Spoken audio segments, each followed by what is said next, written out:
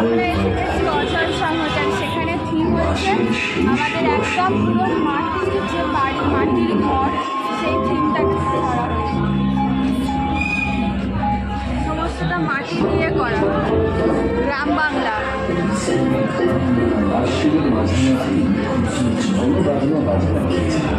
বাড়তি কাজে বেশি টাকা খাচ্ছেন হাতে, জবাব হচ্ছে আসি অপেক্ষা করে।